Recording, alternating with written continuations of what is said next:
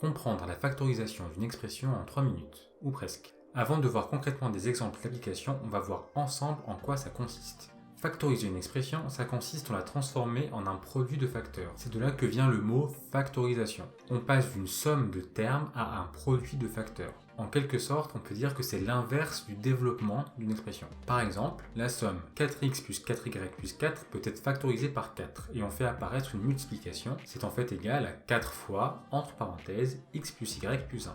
Il faut bien maîtriser le développement et la factorisation. Même si on a l'impression que ce sont des opérations inverses l'une de l'autre, en pratique vous verrez que dans un même calcul, on commence souvent par développer, réduire en une expression plus simple et factoriser à nouveau. Ça permet notamment de résoudre des équations plus facilement. Et à partir de la seconde et de la première, si vous continuez dans cette voie, vous verrez que ça permet d'étudier les signes et les variations d'une fonction plus facilement. Maintenant, nous allons voir les deux types de factorisation. Le premier type, c'est la factorisation d'une expression par un facteur commun.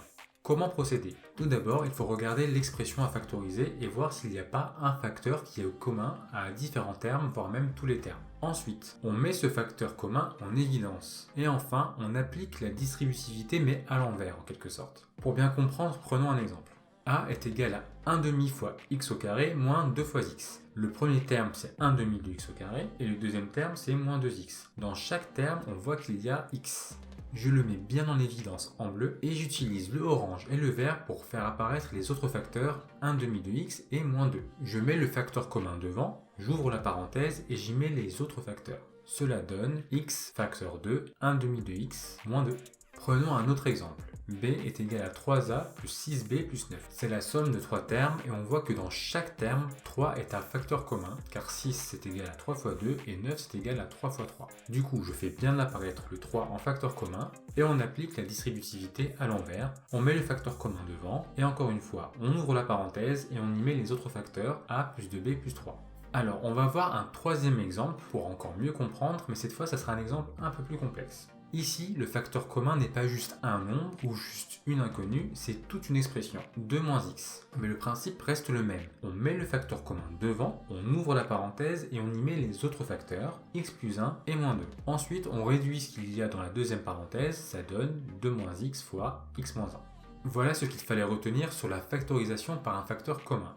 Bien sûr, ça fonctionne quand il y a un facteur commun, mais ce n'est pas toujours le cas. Et donc, dans ce cas, comment fait-on pour factoriser une expression sans facteur commun? Il y a plusieurs méthodes, mais celle qui est au programme de troisième est la suivante. Il faut repérer une identité remarquable de la forme a carré moins b carré. Puis, on applique l'identité remarquable, mais dans le sens de la factorisation, c'est-à-dire qu'on transforme a carré moins b carré en a plus b fois a moins b. Prenons un exemple, d est égal à 4x carré moins 1.